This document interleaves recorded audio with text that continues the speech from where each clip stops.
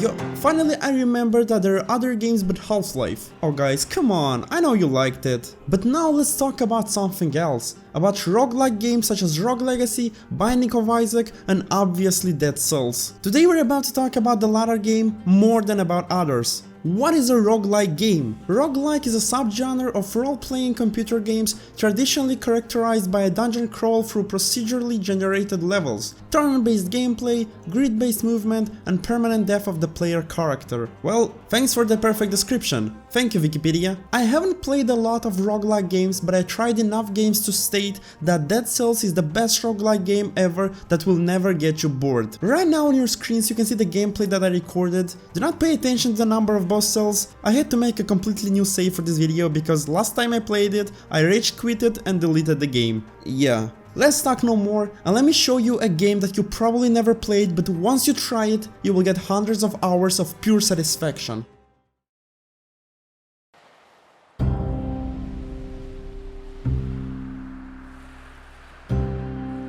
Well, as any other roguelike game, in Dead Cells you have to complete a path, killing monsters and fighting bosses without dying. Because if you die, then the game will start right from the beginning. But now on your next try you will have all the unlocked in the previous try weapons, mutations and so on. So basically your next walkthrough should be easier than the previous one. But usually it's fucking not, because Dead Cells is the game where only your skill decides if you're gonna own all bosses or not. So where's the end of the game? There is no end, theoretically, but in reality the game itself is pretty short and you can clear all the locations and kill all the bosses in a solid 30 minutes. Hey, but you say that Dead Cells is the best roguelike game, but this sounds boring as fuck, you stupid asshole! Well, after completing the game for the first time, you get at the end one boss cell that you can use to activate the harder mode of the game. But by harder mode, I don't mean that thing that we have in Dark Souls games. Like, nothing has changed but enemies now hit harder and you're weaker. No. With every acquired boss cell, the game not only becomes harder, but new enemies, weapons, bosses and even locations appear. So basically with every acquired boss cell, the game only becomes more interesting and you're willing to continue the game, not delete it. Also remember one thing. If you completed the game at 0 boss cells, it doesn't mean that you're done with it and you're the best player. This is only the introduction of the game and the real shit begins at 5+ boss cells.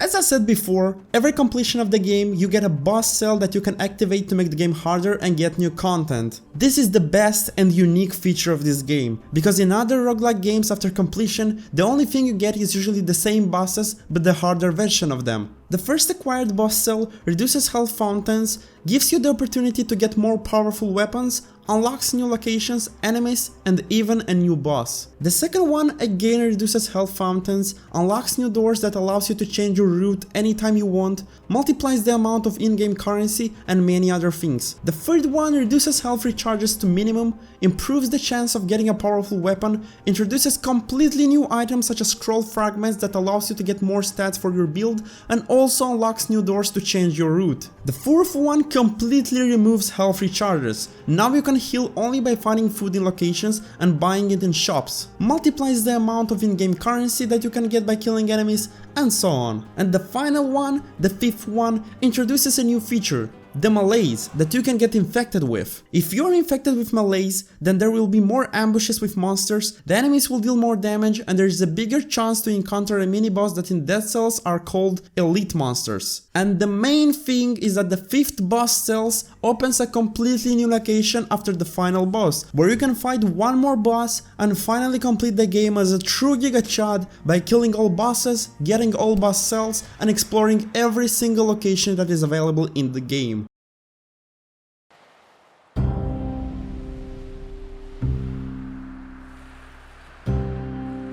I'm scared to talk about this topic because Dead Cells every walkthrough is completely unique and results in getting a completely new experience. First of all, Even if you have the same route through the same locations, every time the location will be generated uniquely and you will have to explore it again. If you're bored of going through the same route every time, then you can just choose another location because for the same level exists many locations. For example, look at this map and you can see how many varieties there are for the same level. Also, if you're tired of killing the same bosses over and over again, you are able to go by another route and kill other bosses. Eventually the result will be the same and you will get your boss cell. So basically it is really hard to get bored playing Dead Cells just because you can change your route at any time you want.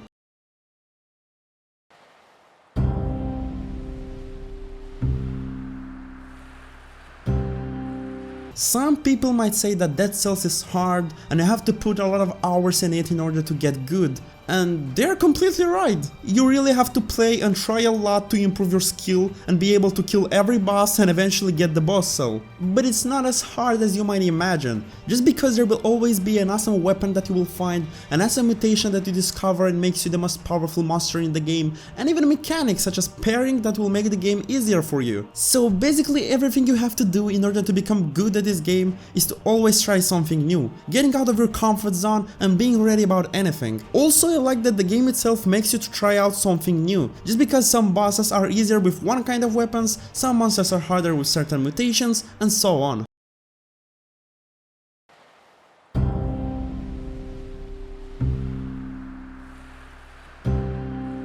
One thing that I like the most about this game is that it is ironic and funny. Sometimes an NPC or even your character can point out that the game design is poor, breaking a little the fourth wall. Sometimes an NPC can make a black humor joke that will certainly make you laugh. You can even change your diet in the settings and find during the game only food that belongs to your diet. Also, there are a lot of Easter eggs, such as crowbar, HIV suit, and even head crops. And last but not the least, there is even a location that you can only access by wearing a certain suit. So basically this game never gets you bored and always tries to entertain you and cheer you up.